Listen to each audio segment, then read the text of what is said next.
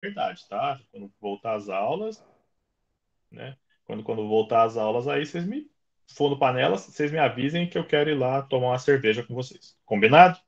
Então tá, pessoal, ó. Pessoal, ahn, eu quero combinar com vocês hoje. Eu quero começar essa aula nossa contando o porquê que essa parte de genética tem que ser feita de um modo primoroso. E por que que a gente tem que fazer o melhor curso de genética da história do planeta, tá? Então vamos lá, que vocês me acompanhem e a gente vai ver se no fim desse pedacinho da aula, se vocês concordam comigo que a gente precisa ter um curso fantástico de genética. Bom, se a gente for pegar aí, antes da gente começar, então, vamos para algumas definições para a gente poder trabalhar os conteúdos aqui. Então, veja, com genética, a gente está trabalhando efetivamente o estudo da hereditariedade, tá? E aí, por hereditariedade, eu quero que vocês sempre tenham em mente que isso é o conjunto de processos biológicos que resultam na transmissão de caracteres de uma geração a outra por genes, tá? Então, tudo que é herdável, tudo que você recebeu dos seus pais, tudo que você vai passar para os seus filhos, tá certo? Toda a parte de material que pode ser uh, herdada de maneira genética, tá certo? Se a gente for pegar algum histórico de como é que funcionava essas ideias de hereditariedade, ela é antiga, tá? Hipócrates, lá atrás, lá na Grécia Antiga, já tinha a tal da teoria da pangênese aí, né? Que, na verdade, era uma teoria que o pessoal, ainda na base de todo esse conhecimento, ou essas teorias da Grécia Antiga, né? Elas eram muito baseadas em hipóteses, mas nenhuma delas era testada, tá certo? As pessoas formulavam as coisas e seguiam aí o seu caminho após essas formulações, né? E essa teoria da pangênese, então, ela estipulava que cada órgão do corpo produzia o seu próprio material hereditário, tá? As gêmulas, e que depois essas gêmulas seriam transportadas pelo organismo até o sêmen e que o sêmen transmitiria as características paternas para a prole, né? Então o patriarcado já vem aí de muito, muito, muito tempo, né? Uh, em termos ainda de lá na Grécia Antiga, essa teoria não vale muito, né? E ela já tinha furos no próprio que eram observáveis ali já tranquilamente, né? Por exemplo, ela era inconsistente com características que não existiam nos pais, né? Então, por exemplo, alguma pessoa de alguma característica recessiva que não estava presente nos pais e efetivamente apareciam nos filhos, né? Da onde veio isso? Né? Então, Aristóteles tem aí uma proposta que ele chamava de mistura dos sangues, né? Que era o sêmen mais o sangue menstrual, e era isso aí que daria origem aos novos embriões, né? Mas, de qualquer maneira, as características estariam presentes ali. E é essa mistura que daria uma origem aos novos embriões. E ela também, veja, ela tem uma diferença com a teoria de cima, que, veja, enquanto em cima ele falava que as características eram herdadas do pai, ou seja, era o pai que estava mandando para cá, aqui já começa a virar uma mistura, né?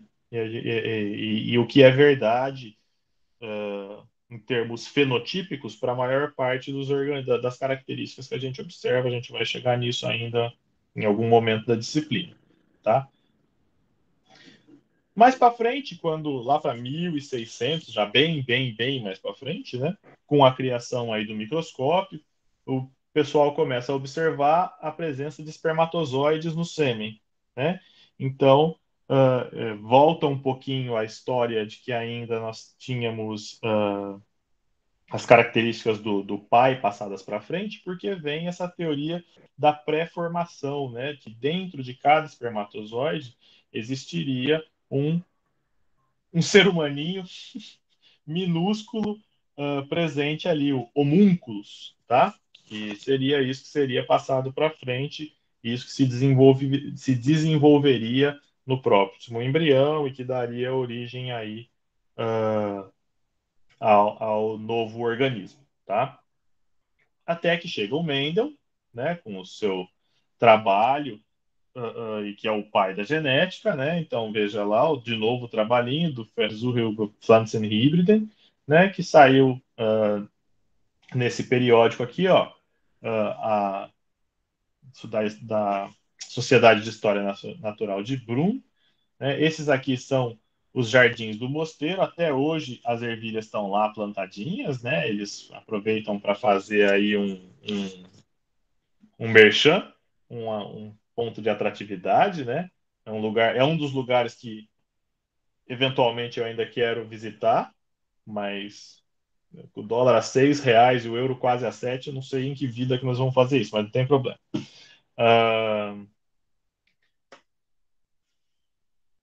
Agora, o Mendel, ele aparece aqui como o pai da genética moderna, e eu já falei isso lá atrás para vocês, mas a gente não discutiu ainda o porquê que ele é considerado o pai da genética moderna e o porquê da importância dos experimentos dele. Veja, então, embora os seus estudos, né, tenham demonstrado aí esses princípios básicos de hereditariedade, o Mendel é um dos primeiros caras, principalmente nessa área aqui, ele ousa fazer uma coisa diferente com os experimentos aqui, que é o seguinte: até então, muito das teorias da biologia elas eram baseadas em observação e formulação de hipótese. Se você for olhar, por exemplo, a própria teoria da evolução é isso. Quando ela é concebida pelo Darwin, o que você tem ali é que ele observa os diferentes organismos, ele vê as diferentes características entre eles e ele hipotetiza que isso é resultado de pressões seletivas que acabaram gerando linhagens diferentes, tá certo? Qual que é a diferença disso para o que o Mendel propõe aqui? O Mendel formula uma hipótese e parte para experimentos que possam comprová-la, tá? Então, quando ele faz aqui o experimento, ele vai lá, ou a hipótese, ele vai lá e testa isso. E como que ele testa? Com aquele enorme conjunto de dados, 28 mil pés de ervilha, 7 características por pé de ervilha, então, né? E aí ele vai e faz uma análise quantitativa desses dados e é a partir daí que ele vai mostrar o que ele tem depois, tá?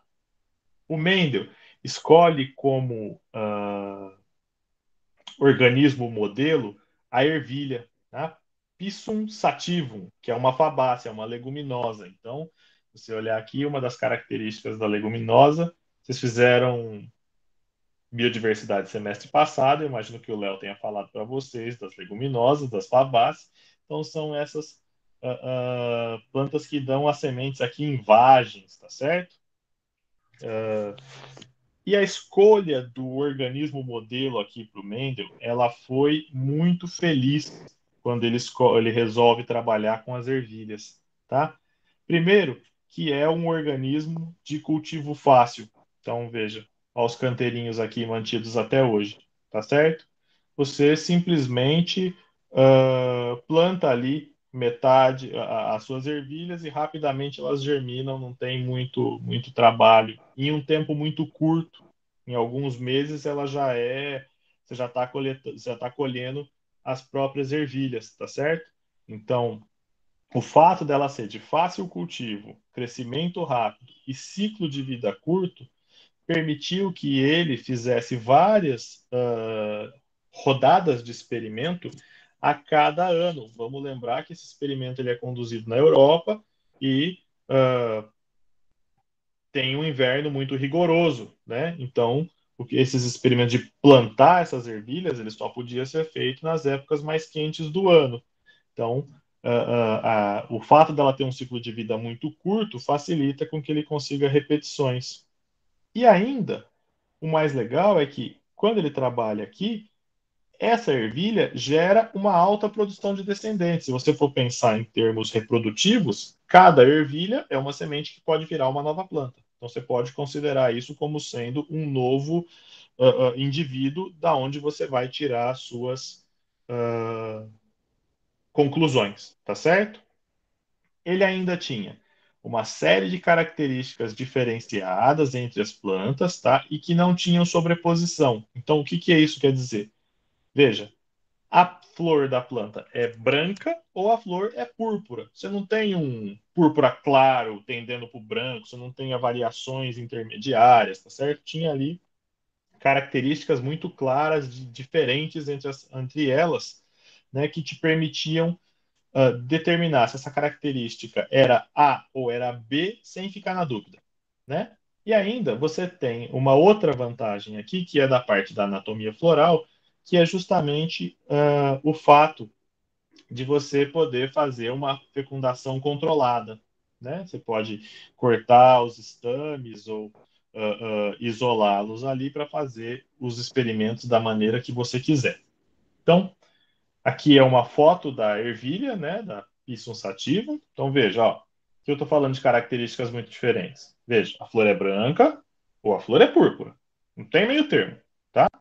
E assim, se a gente for olhar, tem uma série de características que o Mendel utilizava aqui, que ele utiliza nos trabalhos dele, que então veja lá, ele sempre compara.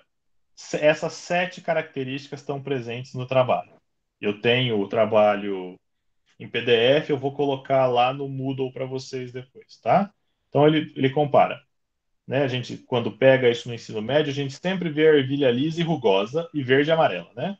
Mas veja, ele tinha lá a textura da semente, então se ela era lisa ou se ela era rugosa, a cor da semente, ou seja, se a ervilha era amarela ou era verde, para a planta, a cor da flor, púrpura ou branca, a forma da vagem, né? Se é uma vagem que ela é toda gordinha e as ervilhas ficam dentro, ou se a cada ervilha ela dá uma espremidinha e fica uma coisa mais constrita.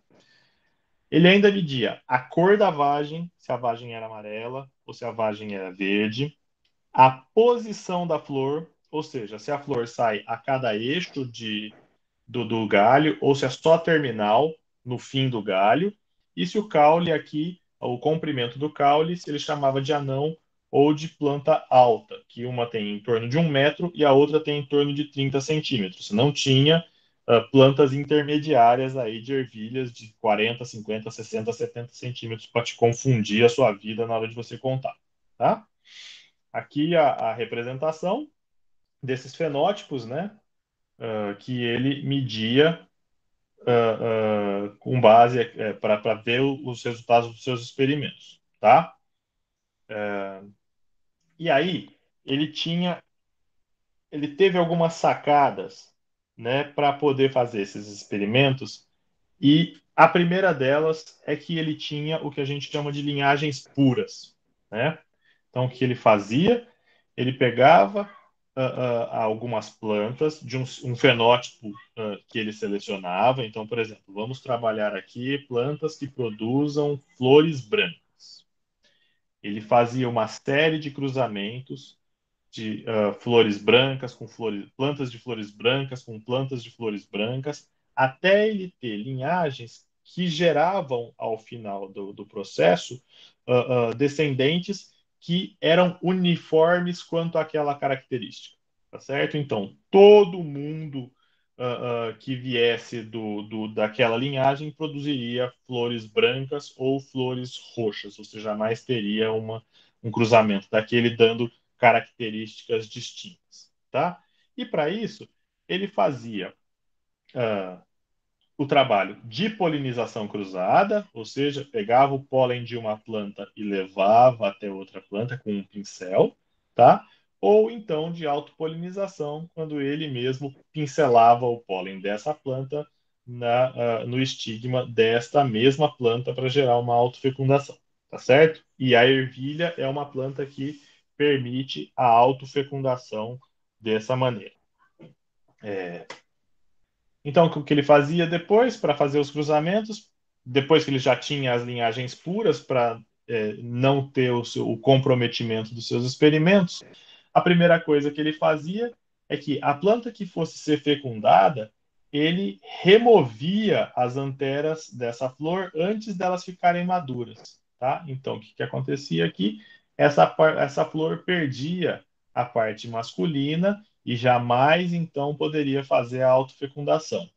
E aí, para fazer os cruzamentos, com um pincel, ele pegava os grãos de pólen de uma planta, no caso aqui, ele está trabalhando com o cruzamento de flor branca com flor roxa, pegava esse grão de pólen, pincelava nesta flor, esperava essa flor virar a vagem, gerar as ervilhas, plantava essas ervilhas e aí contava quantas dessas plantas têm flor roxa, quantas dessas plantas têm flor branca, tá certo? Deu para compreender? Então, se você perceber aqui, ele é um experimento que ele não é. Eu acho que tem alguém pedindo para entrar. Ele é um experimento que ele não é dos mais rápidos de serem feitos, tá certo? Porque o que ele vai precisar aqui, ó, além de fecundar, ele precisa depois esperar essa planta germinar para contar quantas vão virar adultos, esperar florir para só então fazer a contagem das proporções. Então você imagina o grau de cuidado que ele tem que ter com isso para saber que este canteiro foi plantado do experimento tal, eu plantei tantas ervilhas e precisa saber quantas delas germinaram, né? Porque imagina, ele plantou 100 ervilhas, germinou 27, ele tem que ter esses cuidados todos, tudo isso tem que ser levado em consideração no fim das análises, tá? E aí é que eu estou dizendo para vocês que a escolha da ervilha foi fantástica, porque é aquela história, ela é de fácil cultivo, planta e molha, ela vira uma ervilheira, ponto, não tem muito segredo, tá? Bom, fez isso, ele começou então os seus experimentos controlados, tá? Que é um experimento inicial que ele fez entre as linhagens parentais puras. Né? Ele já tinha lá os seus endocruzamentos, os seus canteiros puros para 7 características que ele estava analisando. Então ele fazia este experimentozinho aqui para cada uma daquelas 7 e replantava. E aí, o que, que ele fez? No primeiro experimento, ele faz um cruzamento entre os parentais. Então ele pega um indivíduo que tem características puras para um determinado caractere, no nosso exemplo aqui eu vou ficar no clássico, tá, de sementes lisas, e o outro indivíduo ele faz a mesma característica, só que no outro formato, semente rugosa, tá? Então aqui ele vai cruzar indivíduos de sementes lisas com indivíduos que produzem sementes rugosas. Como que ele faz isso? Dos dois jeitos. Ele tanto passa grão de pólen de semente lisa em flor de semente rugosa, em estigma de semente rugosa, quanto ele passa grão de pólen de semente rugosa em estigma de semente lisa, e isso não dá diferença nenhuma, tá certo? Eis que, ao final disso aqui, quando essas plantas geram ali os seus descendentes, né? Então, ele vai pegar essa ervilha, plantar, e aí o que acontece é que 100% dessa geração gera sementes lisas, tá certo? Então, o que ele enxerga aqui é que uma característica ele chama de dominante sobre a outra, tá? No caso, a lisa é dominante sobre a semente rugosa, né? Então, essa é a análise que ele faz desse primeiro resultado. Apesar dele ter duas características distintas, a primeira geração filial, na primeira geração filial, uma das características é perdida, ela desaparece, ela simplesmente não é mostrada, tá? Entre todos os organismos que ele amostra. E ele dá um nome, que é essa primeira característica ele chama de dominante, e essa segunda, a que desapareceu, ele chama de recessiva. Só que aí, o cara não fica contente com esse resultado inicial. Como assim uma característica desapareceu? Ela estava aqui, ela não está mais. Para onde ela foi? Tá certo? E o próximo experimento, então, desculpa, se a gente olhar aqui com as 7 características, a gente vai ver que sementes lisas, amarelas, flores roxas, vagens infladas, verdes, com flores axiais e caules altos, são o que ele chama de características dominantes. E das outras que ele tem aqui, ervilhas rugosas, verdes, flores brancas, vagens constritas, vagens amarelas, flores terminais e caules anões são recessivas. Olha que interessante. Enquanto a semente amarela é dominante, a vagem amarela é recessiva, tá certo? Isso só vem a mostrar que são pares de genes independentes que estão ligando essas características. Isso a gente só vai descobrir depois, tá certo? Que por lógica você imaginaria que a mesma cor fosse ser dominante, né? Bom, feito isso para 7 características, o que ele tem aqui é que agora o Mendel faz um cruzamento aonde ele vai tentar gerar uma segunda geração filial. E veja, nessa segunda geração filial, ele só tem um tipo de indivíduo para fazer o cruzamento, tá certo? Que são os indivíduos da primeira geração filial e todos eles produzem sementes lisas. Então, o que ele vai fazer? Aquele mesmo experimentozinho cruzado, grão de pólen daqui no estigma de lá, grão de pólen de cá no estigma de cá, e aí a gente vai ver o que isso vai gerar. E, para surpresa dele, quando ele faz essa característica, é que os dois tipos, aquelas duas características da nossa geração parental, elas reaparecem na nossa prole.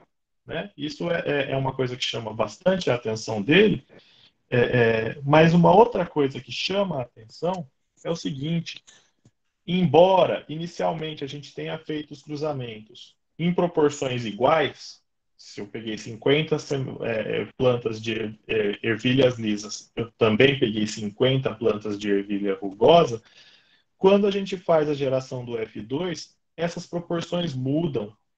E aí a gente vai ter que a característica dominante, ela aparece numa frequência 3 vezes superior à frequência da característica recessiva, te dando uma proporção de 3 dominantes para uma recessiva, tá certo?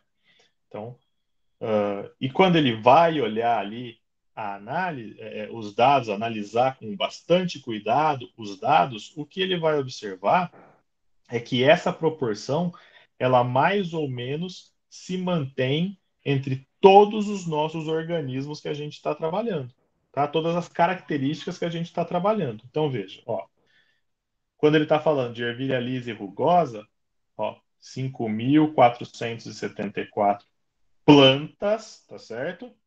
1.850 plantas que dão isso aqui. Ou seja, 2,96 para 1, quase 3 para 1. Ervilha amarela e ervilha verde, quase 3 para 1. Flor púrpura, flor branca, quase 3,15 para 1. E aí, se você olhar aqui, ó, tem variações? Óbvio que tem variações. Tenho certeza que a Adele já falou para vocês que estatística, apesar de ser uma ciência na área de exatas, ela não é uma ciência exata. Tá certo? Você tem aí uma série de análises, de umas probabilidades dessas coisas acontecerem e a gente vai discutir um pouquinho mais para frente. Tá certo? Então, a gente olhar aqui, veja, todo mundo mais ou menos no 3 para 1. As 7 características. Tá certo? Bom, muito tempo depois, lá na época da redescoberta dos trabalhos, o que a gente tem então? Olha, primeiro, que cada caráter, cada um das características que a gente estava utilizando, ela era determinada por um par de fatores hereditários, tá certo? Um vindo do pai, um vindo da mãe. Foi assim que ele viu naquelas ervilhas, tá certo? E que toda vez que você ia ter a formação dos gametas, esses fatores se separavam de novo. Então, veja, eu tenho dois, porque eu recebi um do pai e um da mãe. Se a ideia é que esses dois fatores se unam depois, eu não posso mandar dois para cada espermatozoide, dois para cada óvulo, porque a hora que juntasse teria quatro, tá certo? Então o que acontece é que quando você tem a meiose e a formação dos gametas, cada um recebe uma cópia do gene, e quando eles se juntam lá na formação do zigoto, esses pares são refeitos. E essa junção a posteriori é que vai determinar a característica do organismo, tá certo? Então, basicamente, é isso aqui. Eu tenho uma geração parental. No nosso experimento, elas eram puras, tá certo? Vamos trabalhar aqui com a característica lisa e rugosa, chamando então aqui de S, S maiúsculo representando o gene dominante, S minúsculo representando o gene recessivo. E o que vai acontecer? Este organismo só tem esse tipo de gene. Então, todo gameta que ele gerar vai ser desse tipo. A mesma coisa aqui para o rugoso recessivo, todo mundo vai ser assim. E aí, quando você fizer o cruzamento, o que vai acontecer é que todo mundo vai ser híbrido, vai ter a característica meio a meio, tá? Ou uma cópia de um gene e outra de outro. Só que como esse é dominante, a característica que vai se expressar é essa aqui e não essa aqui, tá certo? Isso para todo mundo. Só que agora a grande diferença é que cada um dos organismos não só produz um só tipo de gameta, mas agora produz dois. Então, esse indivíduo que é híbrido aqui, ele vai produzir tanto gametas que carregam o gene dominante, quanto gametas que carregam o gene recessivo, e o outro parental também vai passar por essa característica. E aí é uma análise combinatória, tá certo? Quando você fizer sobe na cama, Dora, pelo amor de Deus. Desculpa, a Dora tá chorando, pessoal. Ela desceu, agora não consegue subir. É, perdi a linha, desculpa. Bom, é uma análise. Subiu, que bom. É uma análise combinatória, tá? Então, veja, esse gene dominante vai se combinar tanto com o outro dominante quanto com o outro recessivo, e esse gameta recessivo vai se combinar tanto com o dominante quanto com o outro recessivo. De modo que eu vou ter das quatro combinações possíveis, eu vou ter um indivíduo que é homozigoto para o gene dominante, um indivíduo que é homozigoto para o gene recessivo e dois indivíduos que são heterozigotos, possuindo um gene dominante e um gene recessivo, tá certo? Como o dominante é o que vai expressar a característica, no fim das contas eu vou ter uma proporção aqui de três indivíduos com a característica dominante e um único indivíduo que tem a característica recessiva, tá certo? Me dando a famosa proporção do 3:1, de proporção fenotípica, tá certo? Porque se eu for olhar a proporção genotípica, o que, que eu vou ter? 1:2:1.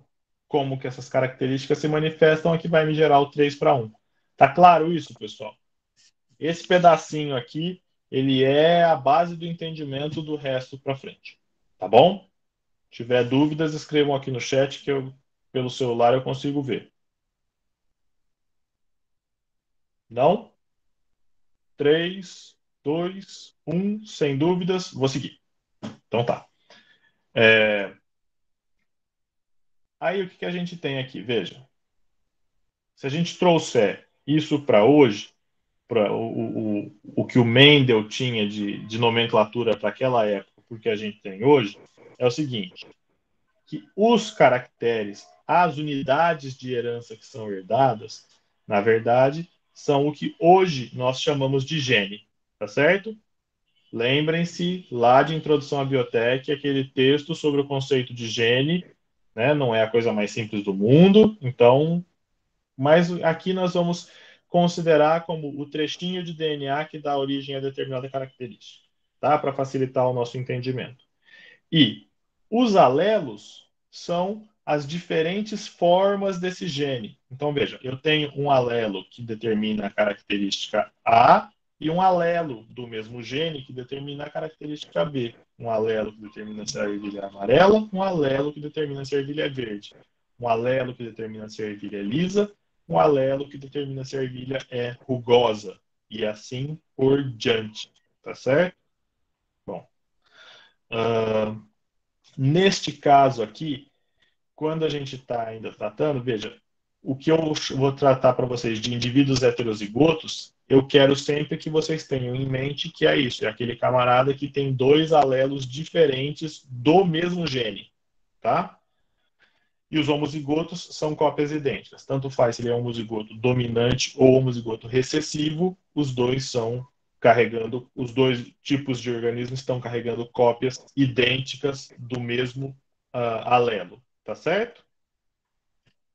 E que aí, lá na meiose, que foi a última aula do Luiz, vocês entenderam aí que são formados os gametas e que cada gameta vai ter, então, uma cópia de cada um desses genes, que vão, eventualmente, se combinar num zigoto para a formação do novo indivíduo. Tá certo? E aí chegamos na nossa famosa primeira lei de Mendel. Primeira lei de Mendel diz o seguinte: quando qualquer indivíduo produz gametas, os alelos se separam e cada um dos gametas recebe um membro de cada par de alelos. Tá certo? Essa segregação acontece durante a meiose. Então, o que nós temos aqui? A gente considerar esse organismo como sendo um organismo diploide que tem um único par de cromossomos, tá certo? Veja aqui. E desse par de cromossomos, nós vamos considerar só um alelo. Esse alelo S aqui, tá certo? Esse gene é S, que ele tem o alelo Szão, S maiúsculo, que está aqui representado em vermelho, e S minúsculo, que está aqui representado em azul, tá certo? Então, o que eu tenho aqui? Um gene, dois alelos, tá certo? Na meiose, então, você tem primeiro a duplicação dos cromossomos homólogos, tá certo? Vão ficar aqui. Você separa primeiro os homólogos, um homólogo para cá, um homólogo para cá. E na segunda meiose, você separa as cromátides irmãs. Uma cromátide para cá, uma para cá, uma para cá, uma para cá. Tá certo?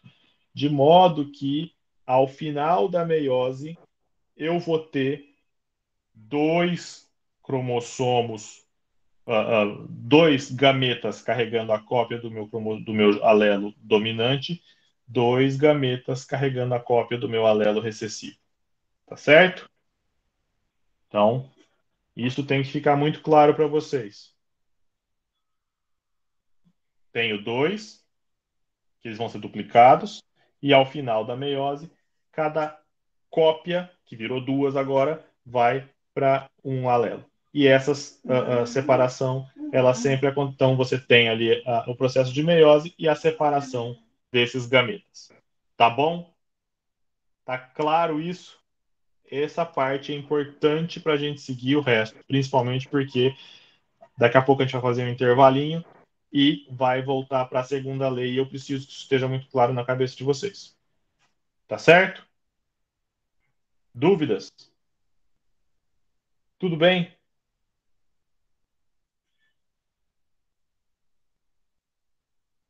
Mesmo?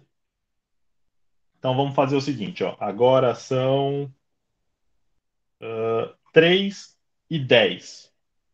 Vamos todo mundo tomar uma água. 3h30 todo mundo volta? Pode ser? Ó, mas, sim, veja, eu tô contando, ó. São 39 pessoas que estão nessa aula aqui. Eu quero os 39 de volta aqui, quando a gente voltar daqui meia hora. Tá combinado? Que o Luiz falava que vocês saíam pro intervalo e ninguém voltava. Então, todo mundo de volta. Tá certo? Então tá. Até daqui a pouco, gente. Vou dar uma pausinha na gravação aqui e aí depois a gente retoma. Tá? Beleza. Até já.